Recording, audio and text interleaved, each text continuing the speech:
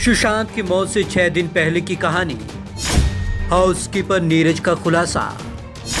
8 जून की रात में गुस्से में थी रिया मैडम। बैग पैक करवाया और डिनर किए बिना ही भाई के साथ चली गई। सुशांत सिंह राजपूत के हाउसकीपर रहे नीरज सिंह का एक बयान मीडिया में वायरल हो रहा है, जो उन्होंने पुलिस की पूछताछ में दिया था।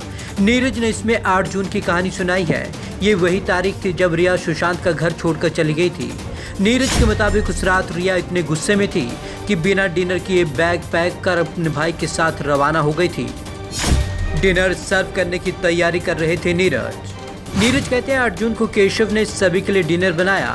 नीरज का कहना है कि सारे कुक सुशांत और रिया मैम के लिए डिनर सर्व करने की तैयारी कर रहे थे। तभी अचानक रिया मैम ने उन्हें आवाज़ दी और उनका बैग पैक करने को कहा। वे बहुत गुस्से में दिख रही थी।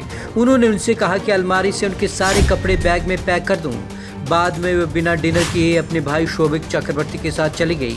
तब सुशांत सर पूरे टाइम कमरे में बैठे रहे।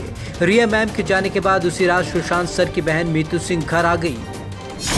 टेरेस में सुशांत के साथ वर्कआउट करती थी रिया। नीरज ने अपने बयान में ये भी बताया कि लॉकडाउन शुरू होने के बाद रिया माउंट ब्लैक, जहां सुशांत का फ्लैट था, उसमें शिफ्ट हो गई थी। बकौल नीरज वो सर के साथ रह रही थी, लेकिन कभी कभी 1-2 दिन के लिए पेरेंट्स से मिलने चली जाती थी या फिर पेरेंट्स उनसे मिलने आ जाया करते थे। लॉकडाउन के दौरान रिया मैम और सुशांत सर सुबह उठने के बाद ब्लैक कॉफ़ी लेते थे और फिर वर्कआउट के लिए टेरेस पर चले जाते थे।